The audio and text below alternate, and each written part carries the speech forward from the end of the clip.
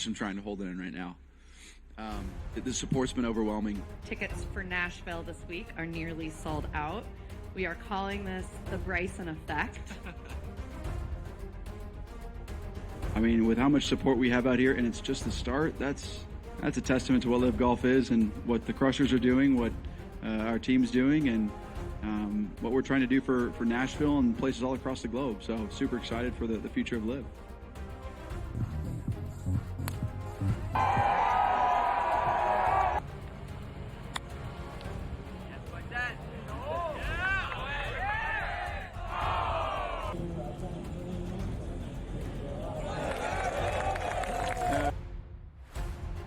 It was nice to at least walk down the last few holes, or at least the last hole, knowing that it was pretty much done. It's never safe, but very proud of everybody, and of course Tiro. I mean, what a week to get his first win in a few years and win by 6 in an absolutely dominant performance the way he did. It was absolutely incredible, so I couldn't be happier for him.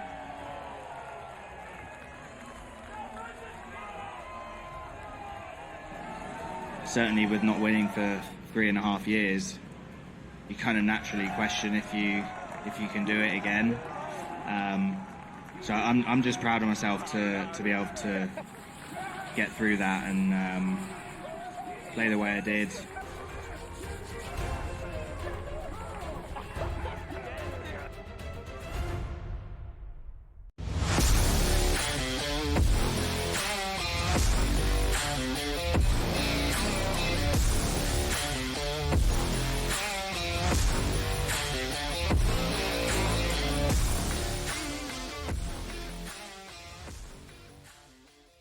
Welcome back, everybody. In-game live, final hour. Thanks for everyone tuning in. Brady, a lot of positive comments from everybody, and that's the thing. It's 4th of July, but people still want picks, and that's what SportsGrid is here for. We're giving you some winners. It's been a very, very good start to the baseball game, but things getting interesting, as we talked about. I'm on the Orioles, but now it's 2-2 in this game. You talked about it, Brady. You go, Seattle comes back. Things can get interesting here right now. Baltimore, very similar to the opening line, minus 145 in the total 6.5. That's where it is. And Oakland right now, Brady, this thing is locked, and I'm scared now. I'm on Oakland. We had that under 8.5 because the Angels have basically quit, but I'm starting to get the feeling this might be like an 8-0 or not. Just don't win 9-0, Oakland. Can we get an 8-0 win and let me and Brady just go to our business tonight and bet some golf later on and some other things? But that's the whole thing. It looks like they're going to be putting up some more runs. The Angels, as you said, great call by you, Brady. They folded their tents. Well, you didn't expect a little bit of a sweat anyway, didn't you? Yeah. I mean, yeah. you know, my favorite saying about baseball, my good friend Nick Bogdanovich, who I actually play a lot of golf with out here. He's a Hall of Fame bookmaker, now works at Circus Sports. And Nick's famous saying about baseball is you need a full bottle of whiskey and a revolver to sweat baseball.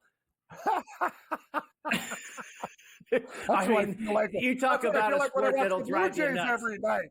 Yeah, exactly. Yeah. You know, front and center, you're very familiar with needing a full bottle of whiskey and a revolver to sweat baseball. So, yeah, we didn't expect that there wasn't going to be a little bit of discomfort here.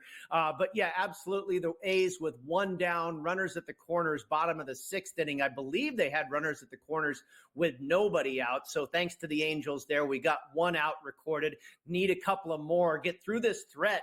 And you might be, I knock on wood here, you might be on easy street if they can get through this, Cam. We got our wish in the other game with Seattle tying it up at exactly 2 apiece. You love that. And you wouldn't mind them taking this all the way to extra innings. You end up with a 4-3 ball game and you hit that over.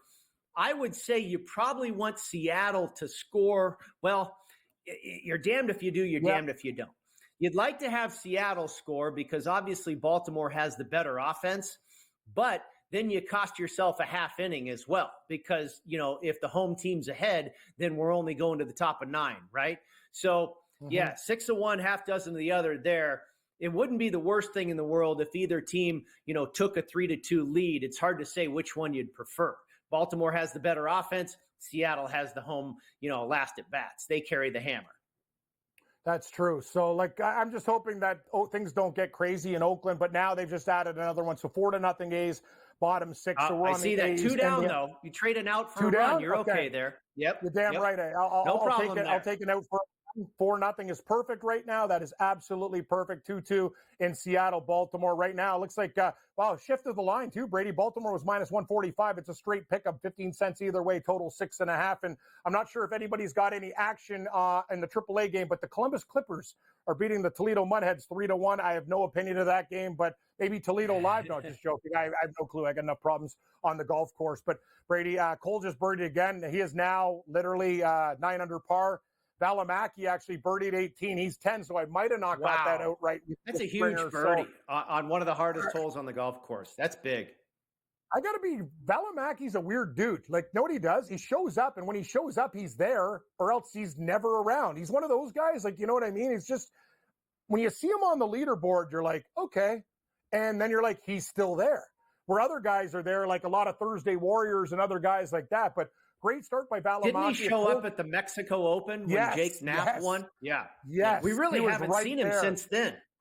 Yes, that's what I'm saying. Like, this guy's been a ghost. He's a big, big fin, a big dude. He hits it pretty hard and very, Brady, as you know, very strong on the European tour. Valimaki was a good guy. And yeah, he's right there, 2 shots back. He's run out of holes though. So Springer with that amazing 59, minus 12, Valimaki minus 10. I got Eric Cole, first round leader. He's 9 under with 1 hole to go. So, and your boy, great call by you on Davis Thompson. You were ahead of him way before. Brady, he birdied again. He's 8 under T4. So for all you guys that bet on a book with the each way top 5, you might be able to do something there with that. So people were asking for tennis. Oh, God, Brady, I tell you, my head's spinning. We got baseball, we got tennis. Coco Gauff. Give me Coco Gauff. Coco Gauff and Iga Swiatek. Yes.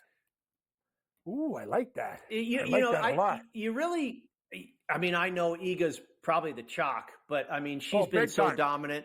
It's hard to go against her. And I really, I mean, I think Coco Gauff caught everybody's attention years ago when she burst on the scene. And obviously she just won her first major. It was earlier this year, right? Or was it the U.S. Open last year? I know it was not too long ago that she just won her first major championship.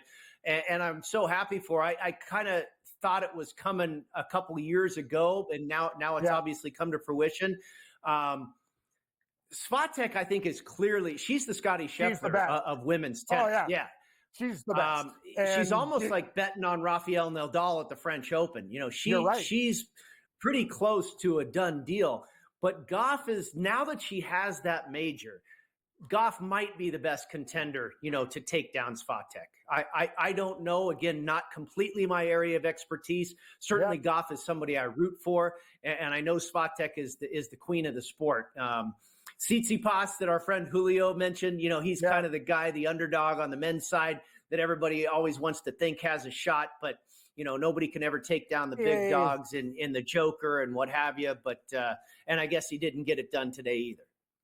He's like one of those guys. It's like, you know, guys who can contend against Scheffler. It's like, you're good, but you're not going to win against him. It's just one of those situations. Right. Enjoy your T5 check or whatever and move forward. I'm going to say this, Brady, we have a match tomorrow, Friday. And I just want to mention to people for Emma Raducanu, she's a very, very talented player playing under the flag of Britain. This is Wimbledon. Maria Sakkari is probably, she looks more like a martial arts fighter. Like when I look at her, I think she'd put like guys in pretzels. Like when I watch her play tennis, I'm like, I've never seen a woman with so many muscles. But I think Raducanu is really going to figure out her game. And being under the British flag and only laying 40 cents in a match tomorrow, it is something that caught my eye. Be very, very careful, guys, with Madison Keys as a favorite. She's laying 320. And I know it's a parlay piece, but let me tell you something. I watched Keys play the last couple of games, not totally at peak form. I think Maria Kostyuk, she's plus 255. If you want to look for her, maybe in a you know, a sets games plus or something like that. Like you can get more wagers than that. I'll try to find something where, you know, Brady, where you get like the plus 5.5 games or something like that. I'll try to find one of those bets, but be careful. I know a lot of people want to add Keys to a parlay. You can't bet Swiatek at minus 1050. That's just too much. Can't even. Well, maybe you can do something there with Swiatek and Gauff. You know, Gauff is the number 2 seed in this tournament, second only to Swiatek, and she's like minus 1800 in her matchup tomorrow is Coco Gauff. So you're right. Maybe there's a value play there if you can parlay her with Svatek or how many games she wins.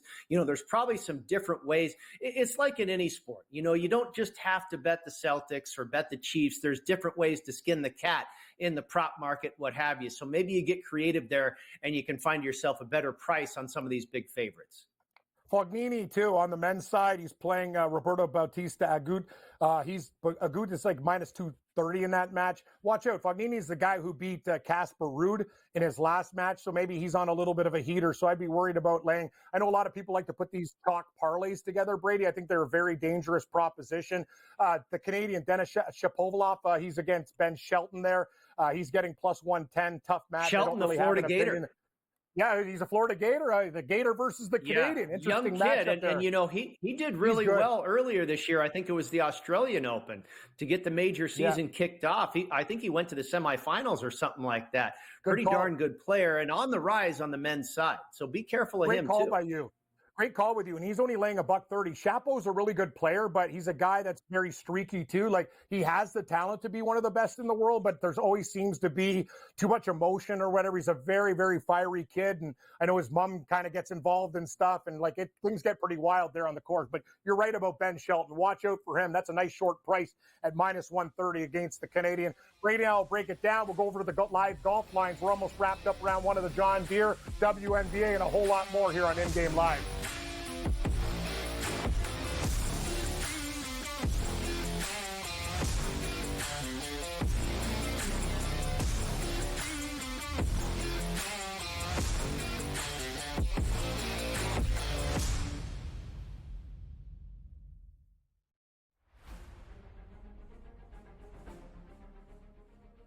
Nashville, help me welcome to the stage the captain of Crushers GC and the 2024 U.S. Open champion, Bryson DeChambeau. Gosh, I'm trying to hold it in right now. The support's been overwhelming. Tickets for Nashville this week are nearly sold out. We are calling this the Bryson effect. I mean, with how much support we have out here, and it's just the start, that's a testament to what Live Golf is and what the Crushers are doing, what our team's doing, and what we're trying to do for Nashville and places all across the globe. So super excited for the future of Live.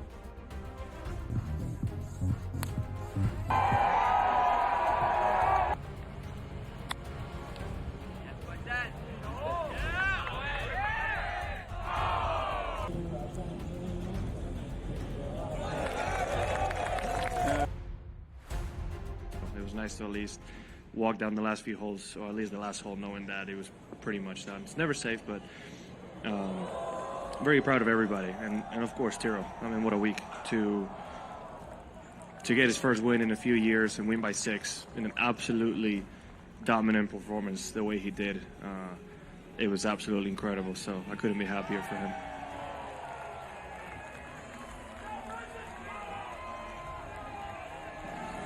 Certainly with not winning for 3.5 years, you kind of naturally question if you can do it again. So I'm just proud of myself to be able to get through that and play the way I did.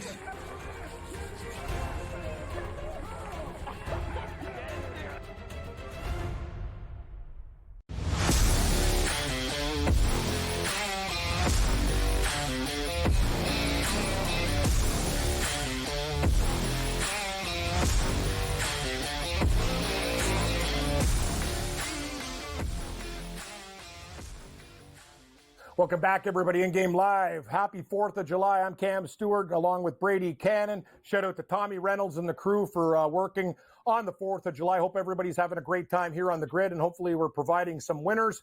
We talked everything, Brady. We got the tennis. We got the CFL. We haven't got to the WNBA yet, so I think that's the last on our list before we give, final picks, and maybe we'll go over some NFL futures and see what else is on the card. But let's take a look at the ladies' basketball right now, and it's unbelievable to me, Brady. This was a league that, me and Gabe bet a long time ago. Not many people did. And now I'm looking at the numbers for the WNBA. I'm going like, what's the handle in Vegas with this league? Because I'm talking to a lot of people, even casual fans, like when I go out for a couple beers, they're saying, I'm getting into the WNBA now. And these are very casual bettors. It seems like a sport that's growing through the roof, and they're getting a team in Toronto in a few years too. Should be fun.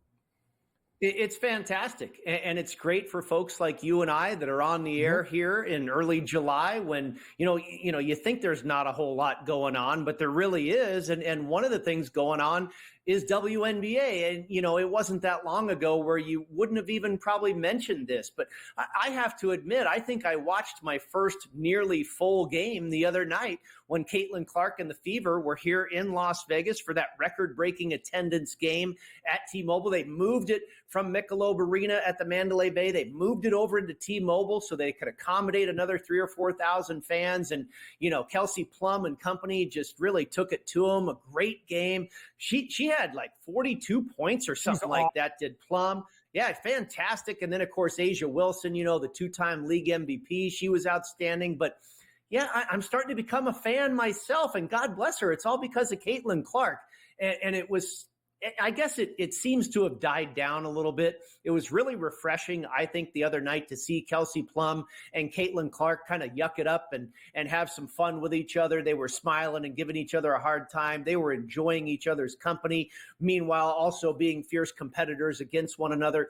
But, they started this season out and there was a ton of animosity, and this poor Clark woman, it's like, God, what did she do wrong? All she did, it's like Tiger Woods when he hit the PGA Tour. All he did was make you ladies a ton of extra money. And so it's nice to see that maybe has subsided a little bit and people are starting to embrace her. And it certainly showed up in Vegas the other night. So, yeah, I'm becoming a fan. That's the bottom line. What do you want? Another thing is people just need back off. These women played a full schedule. They played their NCAA championship, and they got the friggin' draft days after this stuff, and they're playing in the WNBA. Right. Yeah. Her, Angel Reese, all these players. It's like, slow down, man. Some of these other sports, you get a break. These women are working their asses off. The ratings are through the roof. And I think it's something I'm actually going to be really excited because that's a sporting event where you can actually go when they get a team in Toronto and I can afford it, right? And I'd rather watch the new Toronto team than the damn Blue Jays lose every night. I can tell you that, or go to the Leafs game. The only thing that's good there is you see a buddy and you drink, but you're going, oh, yeah, another loss. Hey, I'll see you next game. That's the whole thing. It's just I think the WNBA pretty is a good contest into it. Yeah, I think you've got two good matchups tonight, too. I mean, you've got one that's a mismatch, but, again, the great equalizer is the point spread, right?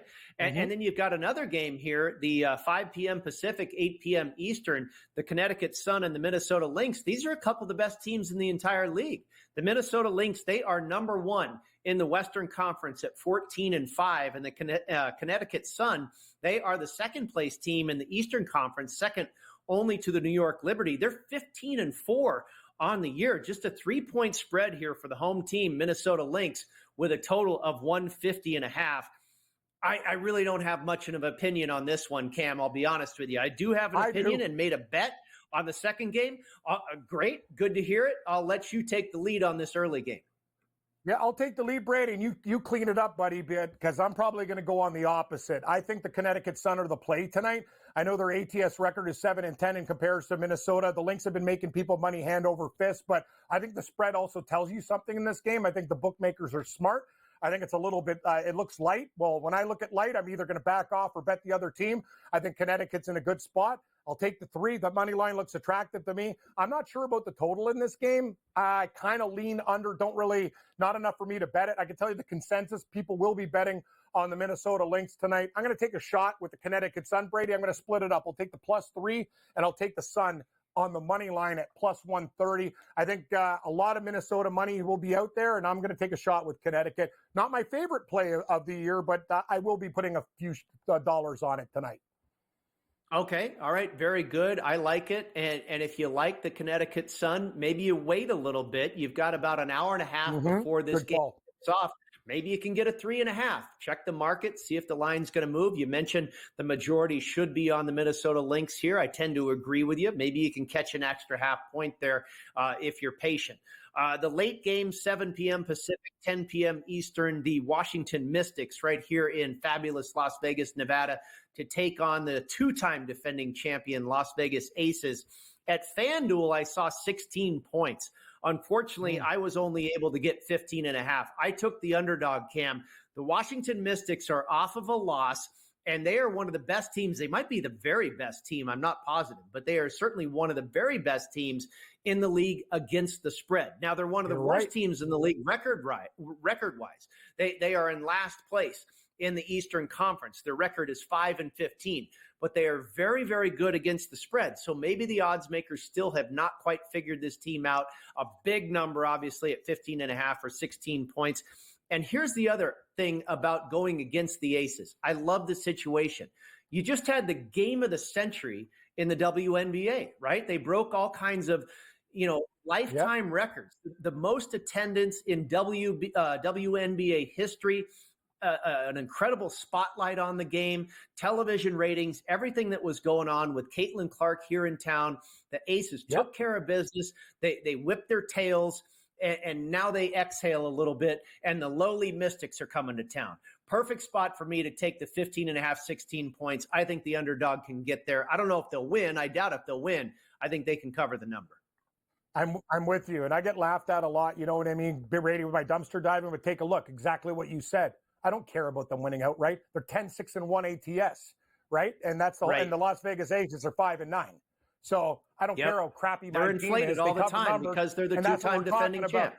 We're talking about covering spreads. You want to give me 15.5, 16 with Washington? You're damn right I'm going to take the Mystics, Brady. Let's roll. We're on Washington together tonight. More in-game live after the break.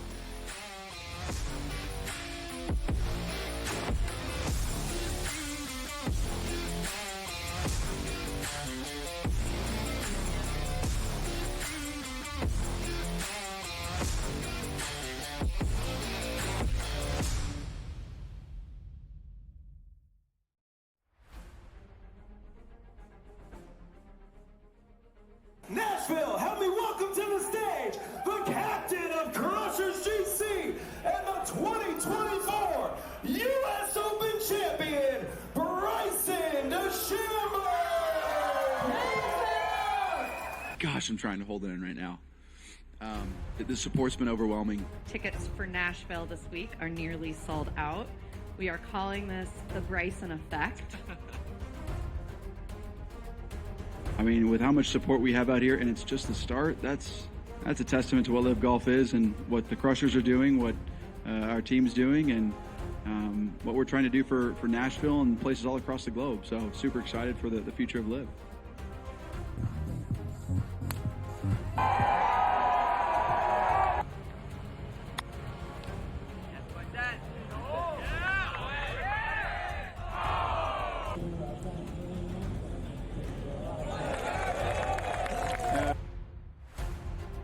Nice to at least walk down the last few holes, or at least the last hole, knowing that it was pretty much done. It's never safe, but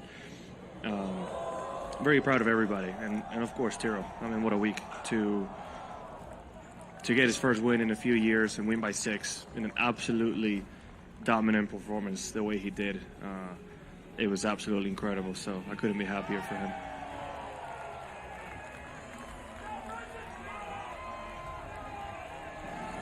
Certainly with not winning for 3.5 years, you kind of naturally question if you can do it again.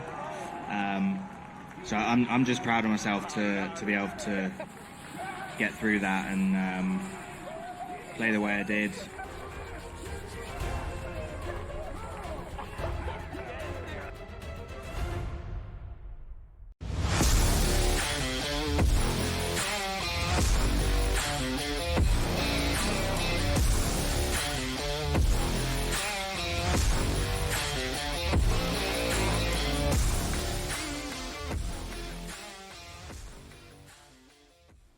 Welcome back in-game live, Stewart and Kannon. Happy 4th of July, everybody, to the vets, to everybody. Hey, we appreciate you guys listening and watching SportsGrid. Brady and I are having a ball today, going through all the games. Brady, I got to tell you, it's really nice to have a lot of action on the 4th of July. And we talked about the hot dog eating contest. I wish I got Gamblu's note about the 8-1 with the Italian. Of course, the Italian's going to bet on an Italian, but hey, Italian soccer bad?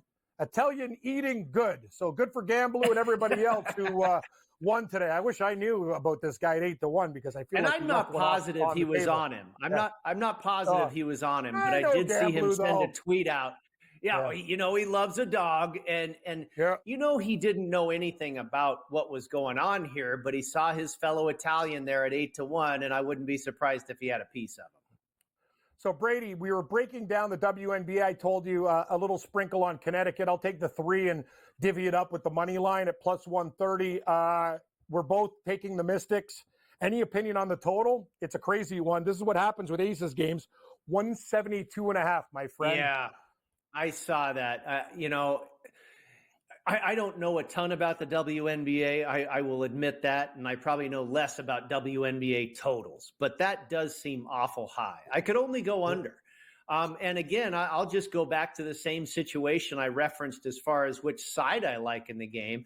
You know, my reasoning for liking the Mystics, they've been very good against the spread. I think the books are underestimating them, or the market it is anyway, because they're one of the very worst teams in the league, but they have gotten hot against the number, so they're starting to exceed expectations. And then you couple that with the fact that the Aces are off that big, I don't know if it was nationally televised. I think it might have been nationally televised game the other night. Yeah, against Caitlin Clark and the Fever. That was just such a big event, occasion, record-breaking attendance, you name it. You know, I think they're due for a little bit of a letdown against an opponent they probably don't have a whole lot of respect for. And because of all those reasons, why I like the side, I'd probably go under the total as well. The Mystics will be fired up. The Aces get everybody's best shot every night. They're going to want to play better defense. They're going to want to play a better all-around game in total. The Aces could be off a step, and if that's the case, this game might not get to 173. Yeah, it's one of those things. I like Morency, what we talked about with the horse racing. You need a clean ride. When it's that total there, like any lulls, you know what I mean, though? That's you know true. What I'm saying, no, Brady? It's a great point. Any lulls, any clanking at the free throw line, any smooth play where it's brick. Like, that's the whole thing about those totals. You need fouls. You need, like, a lot of things need to fall into place with a total that high. So we're reading each other's mail. I'm on both dogs, and I lean under in that game as well. I can't bet the over, even though a lot of those games do go over. So, Brady, we were talking, you know, some people are asking, we're taking people's requests today. Oh, my God. Yikes. Well, Brady, I got good news and bad news before we get to some other stuff here. The Mariners did something. I won my over live, but I'm on the wrong side now. So Peter pays Paul with a little bit of juice. Seattle's up 5-2. Oh, wow. So, but we hit that over 6.5, and the Oakland game is 4-0. So we can probably hit both of them in that game. One. But you're loving it. And you'll take 2 out of 3 here, right? You'll take 2 out of 3. You'll take 2 out of 3 for the rest of your life. And you'll take that even more so, even in your afterlife. So, 4-0, 2 outs. In the top of the 8th inning, you're looking beautiful on that. You've got the A's. You've got the A's prior to first pitch, correct? Correct. And we have the live, and now you've got the in-game. You got the in-game under, and you've got the in-game over, already a winner. But you're not wrong yet. We talked about this. Baltimore has the better offense. Now you don't get the hammer. You don't get the bottom of the 9th inning if they're behind here, but. They've got the better offense. So you'd rather have, with Baltimore, you'd rather be on them. 7-2. Every time I talk, Seattle puts 2 more runs. I'm calling it off. But you know what? Thank you. We'll take our live. We will take our live over. You know what that is right there, Cam? You know what? The Seattle Mariners just turned into Hayden Springer shooting 59. It's done. The first-round leader and that ball game is done. Finished. Hey. At least we hit our over, Brady, and we're glad because a lot of those Seattle games, you go, that game is going under, but hey, the Mariners offense woke up. I don't mind it. Hey, we'll split there, and we'll go 3-0 in the other game, and I really don't care. That's all that matters. Sounds like a pretty good day to me. You're damn right it is. We'll talk about the golf odds, and after the break, Brady, let's go over a couple NFL totals. I did some shows with some people around here, just a couple leans before we really break this stuff down. Gabe was talking about under a month before the Hall of Fame game, so maybe jumping on some early totals that you like, overs, unders, and a couple. We're not going to go through everything, but we can look at the board and see what jumps out at you. More in-game live with Stewart and Kannon. Happy 4th of July, everybody. We will be back breaking down some NFL totals and a hell of a lot more on In-Game Live.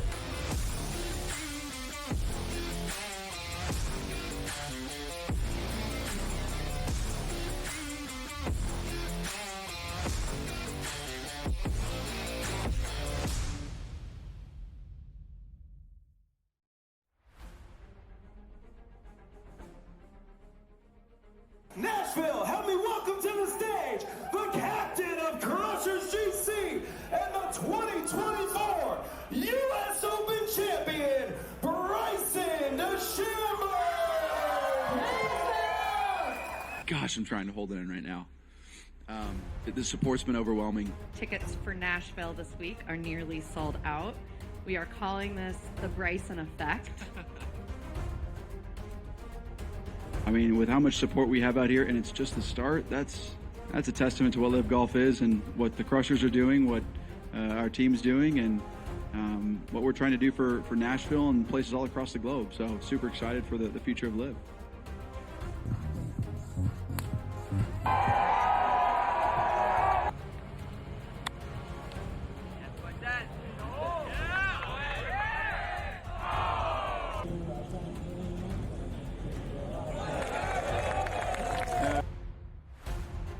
It was nice to at least walk down the last few holes, or at least the last hole, knowing that it was pretty much done. It's never safe, but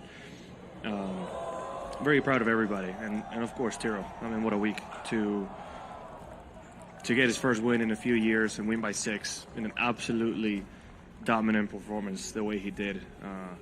It was absolutely incredible, so I couldn't be happier for him.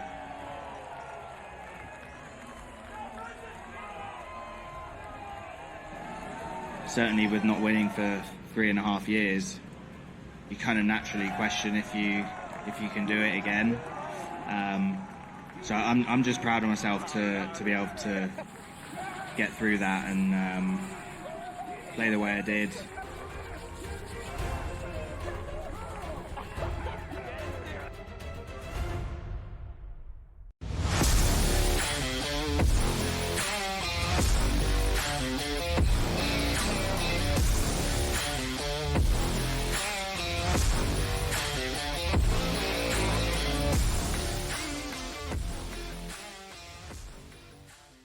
Welcome back, everybody. InGame Live, having a lot of fun with Brady Kannon today. Shout out to Tommy and the crew doing a great job. So, Brady, we've already started this. It's never too early to look at college football. And I know you've been talking. I did an NFL preview show, a couple divisions today, and we went over some team totals. And, it was just very interesting to see where people are going and, what looks good, what looks bad. And any advice to anybody out there? Like Gabe and I talk about, if you really like an over, you better be pretty confident because a lot of bad things can happen with injuries. We don't know.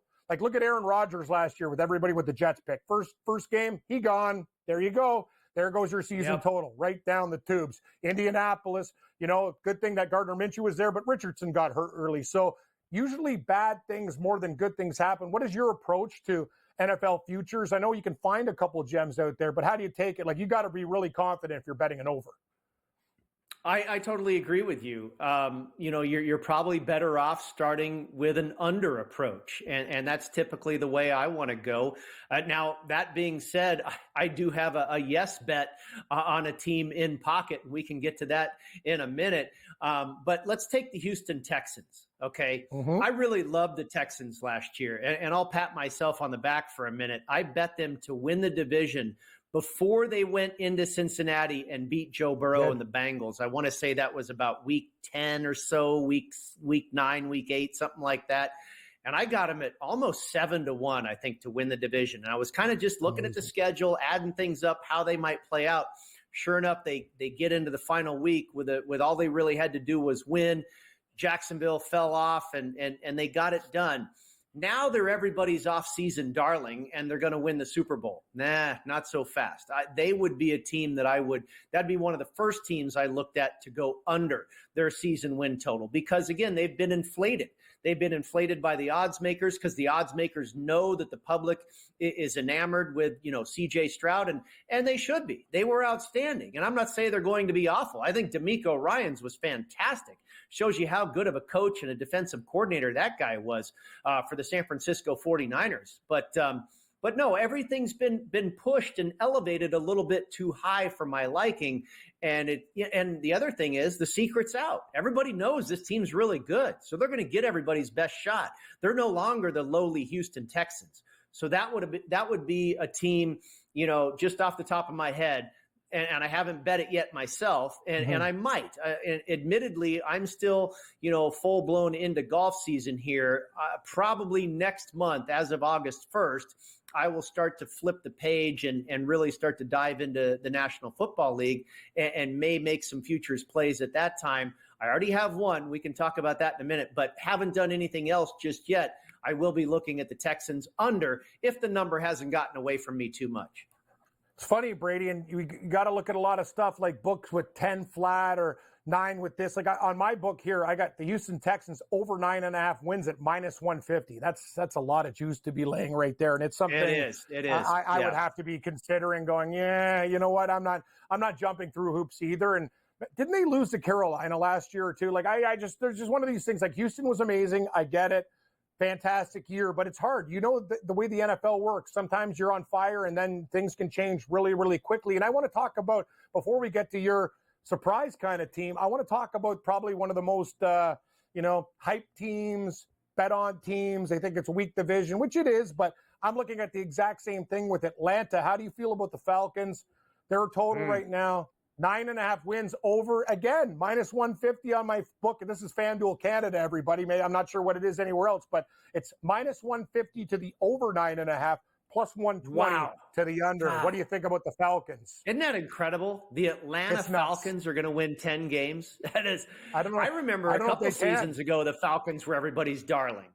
And I didn't get it. Now, I understand it this year. They have really added quite a bit of talent. I still don't understand the Michael Penix draft pick. I don't know if anybody will ever understand that. But they are loaded on the offensive line. They've improved the defense. They have a solid roster. There's no doubt about it. I thought they were going to be pretty decent last year, but the quarterback position was a real problem for them. So they bring in Kirk Cousins. That's outstanding. And they bring in a new head coach as well. I think the changes, everything, on paper, it looks like it should all work. It's hard for me to wrap my head around the Atlanta Falcons winning double-digit games. I'm with you. I'm just like, and usually those hype teams, bad things happen.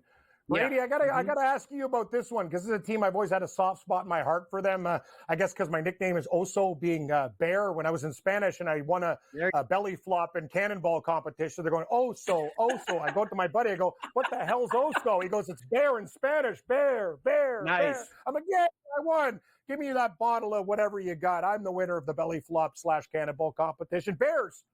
8. Did you get what total did you get? Because I'm seeing some different number. 8.5. What did you get the Bears at, or did you get it under that with?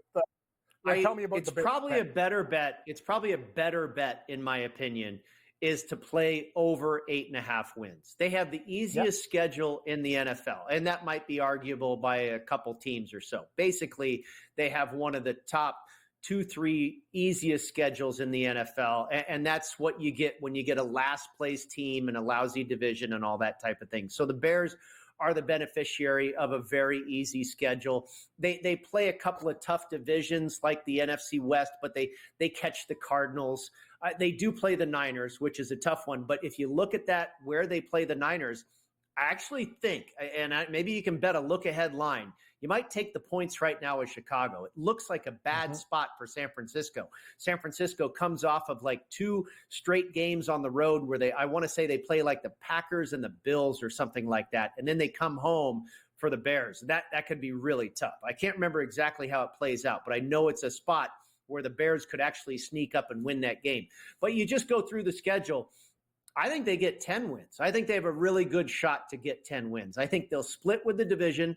I think Caleb Williams will be the real deal. He could be next year's CJ Stroud. I mean, Stroud was fantastic. I don't know if he'll be that good, but he doesn't even have to be that good. He has to be pretty darn good, and I think the rest of the team around him has improved so dramatically. The offensive line is much better. Bringing Montez Sweat in last year has improved that defensive line dramatically. They've improved on defense otherwise. The wide receiving core is one of the best in the NFL with DJ Moore, Rome Odunze. They draft out of Washington, and they bring in Keenan Allen. And let's not forget, they've got an outstanding tight end in Cole Kmet. They've also got DeAndre Swift in the running game, and I believe it's still Khalil Herbert there, a nice complimentary back. They've got a lot of weapons. So, again, I think the better bet is to play over the season win total. But I got a little more aggressive, and I bet them to win the division because I kind of talked myself into getting close to 4-1. I got plus 375. Maybe you can find a little better. Yeah, plus 375. I don't think the Vikings are a factor. Because of their quarterback situation. Sam Darnold and J.J. McCarthy, I'm not going to buy either one at this point. The Packers, I know, are for real. I think they will be a contender for sure. The Lions, I think, could possibly slip, even though they improved their roster. They got better at cornerback. They got so close last year. Can they get a whole lot better than last year? I don't know. So, maybe they win 10 games or maybe probably not 9, but I don't see them necessarily winning 12. So if you're going to give me the Bears, and let's say they get 10 wins, and you're going to say you can also have nearly 4-1 that they win the division, I don't think it's a bad shot to take. Brady, we got under a minute left. The one team I'm looking at, too, the more I think about it, Baltimore under 10.5. Burrow and Cincinnati getting back healthier. Cleveland can look a hell of a lot better. And Pittsburgh, to me, is a very dangerous team in a tight division. What do you think? It's the best division in football. And by the way, I think the NFC North that we just talked about is the second best division in football. So it's going to be a war, and so will the AFC North. Yeah, why not? Because they're just going to beat up on each other. Is any team in that division going to get to 11 or 12 wins? I doubt it. It's plus money, too, Brady. I'm looking right now in my book, under 10.5 is plus 112. That's good enough for me. So that's something I think I'm going to pull the trigger on. I think that's going to be a very competitive division, and I think these guys might take a step back. Brady and I will break down the live odds in the golf. They're just wrapping up round 1 of the John Deere and give you picks for later on tonight as well. In-game live continues. Home stretch, baby.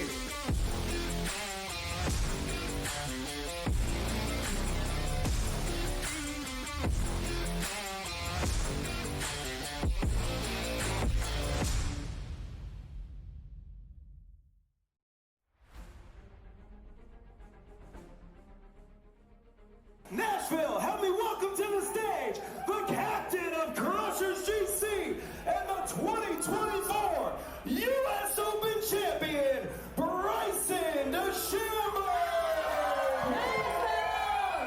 Gosh, I'm trying to hold it in right now. The support's been overwhelming. Tickets for Nashville this week are nearly sold out. We are calling this the Bryson effect. I mean, with how much support we have out here, and it's just the start, that's a testament to what Live Golf is and what the Crushers are doing, what our team's doing, and what we're trying to do for Nashville and places all across the globe. So super excited for the future of Live.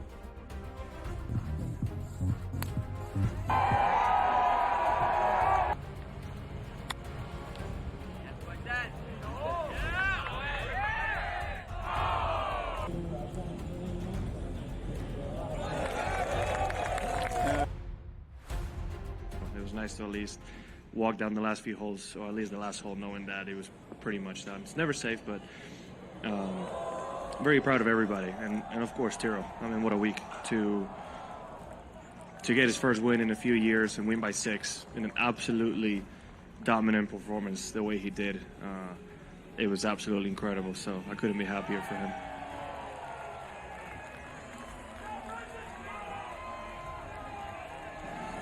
Certainly with not winning for 3.5 years, you kind of naturally question if you can do it again. So I'm just proud of myself to be able to get through that and play the way I did.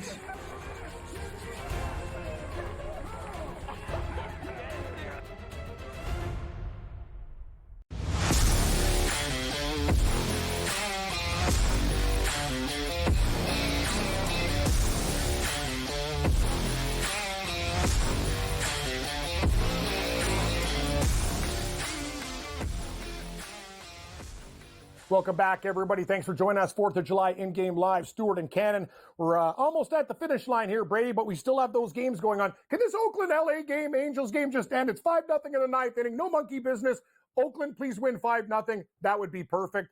Brady, do we have a final in another game? I think Seattle, did they win 7-3? So Baltimore, no, loser, not yet. Total, not yet. No, not Oakland, yet. Not yet. Oakland, okay. by the way, has one out. Oakland does have one out. The Angels are at bat. Nobody on, one out. So you need 2 more outs there, and we will close that out as a double winner. The in-game winner on under 8.5 runs and the pregame winner on the Oakland A's as a side, pitching a shutout there and sweeping the Los Angeles Angels, by the way, in the city by the bay there. And then the Seattle Mariners, 7-3 now in the bottom of the 8th inning, 2 outs in the bottom of the 8th inning there up in the Pacific Northwest. So the Orioles will have one more chance. They are within slam range. My friend Dusty Baker used to always say he loved a 5-run advantage because a 4-run advantage still puts you within reach for a grand slam. But the Baltimore Orioles will be within slam range, down 4 in the top of the 9th inning. They'll have one more shot as a chance to sweep the Seattle Mariners in this series here. So Seattle coming up with some runs in a big way, covering the total there, by the way, Cam, by themselves with 7 runs on the board today. Great call by you, Brady. So, 3-1's a good night. I'm not going to force the issue. So let's hit the card for everybody who's wants to just go wild and bet every game, which we usually do here on InGame Live and on SportsGrid. But we got Atlanta hosting San Francisco right now. That line's pretty well the same as when we started the show. $134, -134 Atlanta, +114 for San Francisco, and a total of 8. Brady, you have a lean to the Braves in this spot? Yeah, and I think you lean the Giants. So maybe, for the listeners and the viewers out there, maybe that tells you stay away. Because, the Braves are obviously a small favorite, but they're not a heavy favorite is the point. The game is a little bit has a toss-up nature to it, in my opinion. It's a tough one. I have a lean to the Giants. I got to think about playing this one right now. Next game up on the board, 8:11 Eastern, 5:11 Pacific. You know what, Brady? Let's be contrarian in this one. This is all small plays because I don't want to give away the money that we made in the earlier games. But I like the under 10.5 in this Milwaukee-Colorado game. I don't give a crap if it's Coors. Quantrill has been respectable for the Rockies. I actually kind of look at them as a dog against Myers and the Brewers, but I think under 10.5 will be a small play for me. What's your take? I think Jeff Dawson also thought the under might be worth a look. I thought he made a great point on that earlier, Cam, and I didn't really have an opinion on the total until he, brought it to light there. It looked low to me, and then he said, that maybe there's a reason, and I don't know. And now you start to try and think yourself in and out of things, and sometimes you just try and keep it simple, stupid, right? But maybe the total is reflective of what happened on Wednesday night when it was only a 3-0 ball game. But I doubt it. I think things are more day to day. It's related to the pitchers. It's related to the lineups. And you think Coors Field 10.5 looks awful low. And Jeff was saying maybe the bookmakers are telling you something. I'm going to go that way. Go where the stink is, right? Something stinks about this one staying under the total. Let's head to where the stink is and go that direction, play under the total here. I haven't done it yet, but that's the way I would go, Cam. I always go to where the stink is, Brady, and I'm getting plus money where it smells even more. So I'm getting plus 105, 10.5. Give me some stink. And something smells about that, right? Yeah, exactly. Tampa Bay, Kansas City, next game on the board. Listen, I'm a big Royales with cheese guy. It's the 4th of July. Marsh, on the other hand, this could be a spot for Tampa Bay. It seems like a short price. I'm a little bit worried, but I was on the Royals with my boy Waka, who's pitched absolutely fantastic the last 7 starts. But I'm looking at Tampa Bay as a slight favorite, almost a pick 'em at -112, Brady. Yeah, I think the line's telling you something here, too. Why are the Rays favored on the road against a very good team? I lean the Rays way as well, Cam. They're looking to win their 5th straight series in a row. They've won 9 out of their last 13. And I like Eflin here. He's been really efficient for the past few months. He has not been giving up a lot of walks. And finally, Tampa Bay has found some bats in their lineup. They're finally starting to produce some offense. Tampa Bay is another team, and this bet still may be dead in the water, but they're a team that I bet to win the American League East Division before the season started. Well, they're finally starting to kind of find themselves and be the team that I thought they were going to be, a couple of months ago or 3 months ago when the season did start. So I think just because of a lot of smart people that I listened to before the season started thought this team was going to be pretty good. So I think they will be pretty good the rest of the way. And it's already started, and I think it continues here tonight on the road. Finally, we got probably the marquee game of the night, Arizona, who's giving the Dodgers fits. We got Gallen versus Knack. Knack and the Dodgers laying -124. Total in this one, 8.5. Any opinions, Brady? The Diamondbacks have been a real gritty club against the Dodgers, but this could be the night the Dodgers. I'm actually kind of looking at the over 8.5, and I know Jeff Dawson, like the Dodgers team total, he might be onto something there because these guys are going to be angry. Arizona's really hanging with them, but we could see runs in this game. Yeah, I'm not going to doubt that at all. The weather there, here in the Southwest is warm, and those balls are going to be flying out of the park. I think it's Christian Walker has just been an absolute Dodger killer with the long ball. But Zach Gallen, just one win in 11 starts against the Los Angeles Dodgers. Now, he did have a very good outing coming on. He didn't pitch really at all, I believe, in the month of June with injury. And then in his first start back, he had a really good outing, but it was against the Oakland A's. Now he's facing the LA Dodgers. And I like to bet against guys typically coming off of the injured list, because they usually don't, come out guns a-blazing right out of the gate.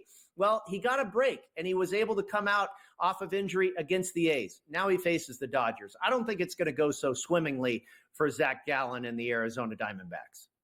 Yeah, and when you get the Dodgers at this price, even though Arizona's playing really, really well, you always have to take a look, even when you don't know the pitcher in Knack. But I'm going to say, it's under a quarter. That looks pretty damn good. So I am going to look at the Dodgers. Haven't pulled the trigger yet, and I would have a lean to the over in this spot. Brady, when we get back, we'll wrap it up with our final picks. We'll go over the live golf odds, see if anybody sticks out, and we'll give, picks for soccer, CFL, and everything else left on the betting card tonight, and hopefully fire up the barbecues afterwards. In-game live, final segment coming up.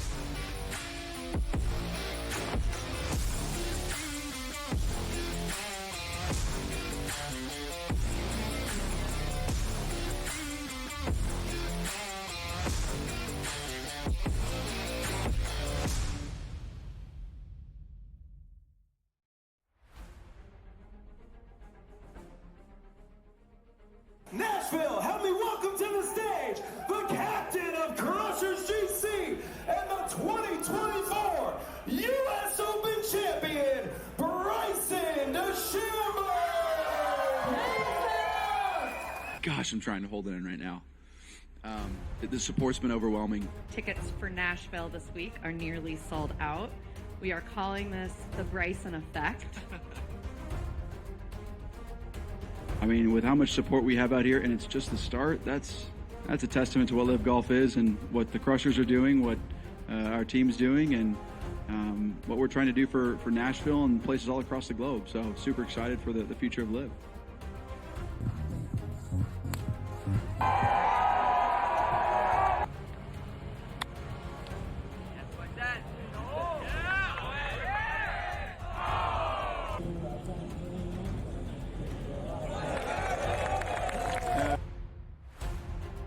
Nice to at least walk down the last few holes, or at least the last hole, knowing that it was pretty much done. It's never safe, but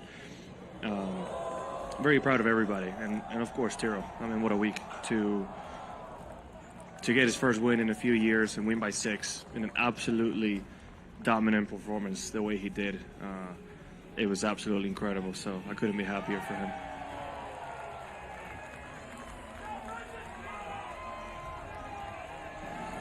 Certainly with not winning for 3.5 years, you kind of naturally question if you can do it again. So I'm just proud of myself to be able to get through that and play the way I did.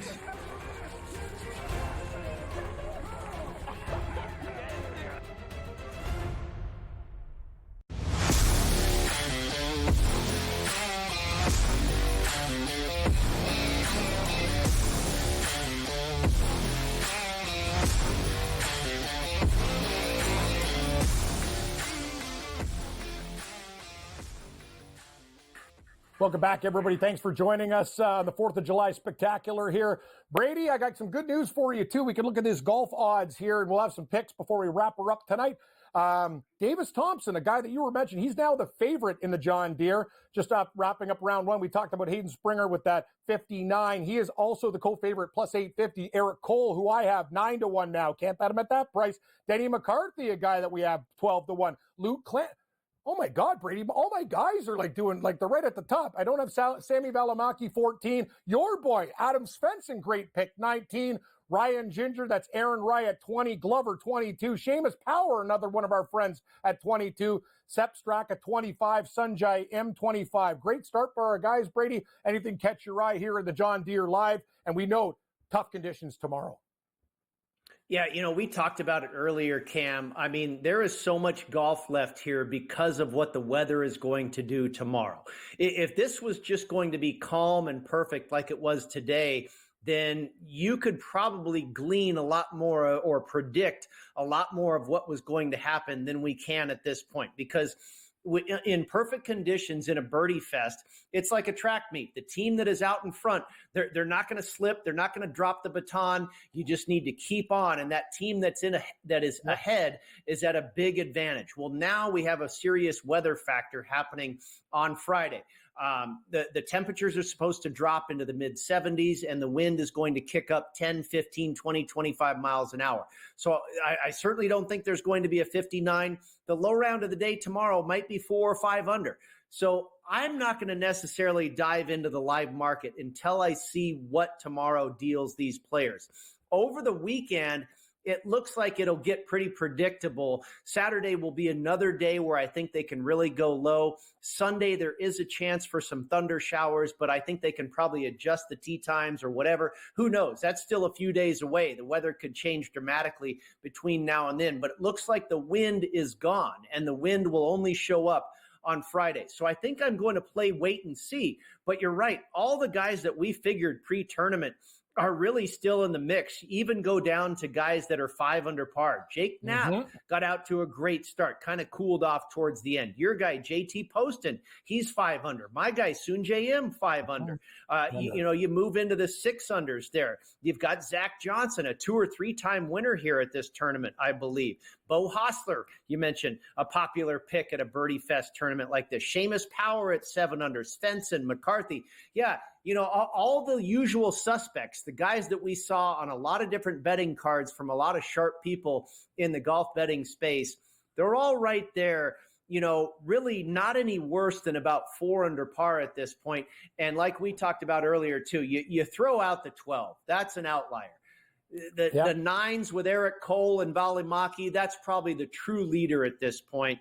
And tomorrow, again, is going to be very interesting. So we'll see where the dust settles tomorrow. I think a lot of these names will still be there. A lot of these lesser knowns won't be. And that'll give us a clearer picture of how to move forward from there. Great start by Patrick Reed at the BMW International. He's the live favorite, plus 550. Ferguson, 12-1. Fox, 14. Thomas Peters, great. A lot of good big names here at the top. I got one for you, Brady. A top 10 guy, Bernd Wiesberger at 22-1. And in the CFL tonight, we're going to take the teaser. Remember, Saskatchewan plus 11.5 over 40. Saskatchewan plus 4.5 against the Toronto Argonauts. And we're going to take Ecuador plus 1 in the Copa and plus 1.5. We will lay juice there. Brady, what do you got for us at the end? What makes your final card? Give me the Rays tonight, give me the Braves, and give me the Dodgers. I'm not going to play a 3-team parlay. No, I won't do that. And I'll also take a little stab with the under between Milwaukee and Colorado at Coors Field. And how about this one? You talk about the BMW International in Germany on the DP World Tour, Cam. How about your boy Andrew B. Johnston at 4 shots off the pace? When was the last time we heard from Beef Johnston? And it's apropos after a hot dog eating contest on the 4th of July. Good call. I like Beef. I remember that time I was watching the tournament. They're like, and Andrew Johnson's got a sponsorship from Arby's. Like, I didn't even know they had Arby's or whatever, but remember, didn't he get a sponsorship from Arby's? I'm like, he sure did. The Beef man's cool. I like him, but hey, also Bernd Wiesberger. I like my burger more medium rare, but Bernd Wiesberger, that's apropos as well. Watch out for him. He's a top 5-10 machine, but at 22-1, he will be my live bet in Europe. Brady, this has been a pleasure. Man, we broke it down, every sport in the book. I hope everybody had a great time. Enjoy your 4th of July. Hope you win your bets. Shout out to Tommy Reynolds and the crew for keeping us on the air here. We've had a great time, Brady. I hope you get that barbecue fired up. Have a couple cold ones, and I will see you. Everybody have a great weekend and 4th of July party tonight. Stick to the grid. More picks and everything all the time here. We love the bet. Have a good one, everybody.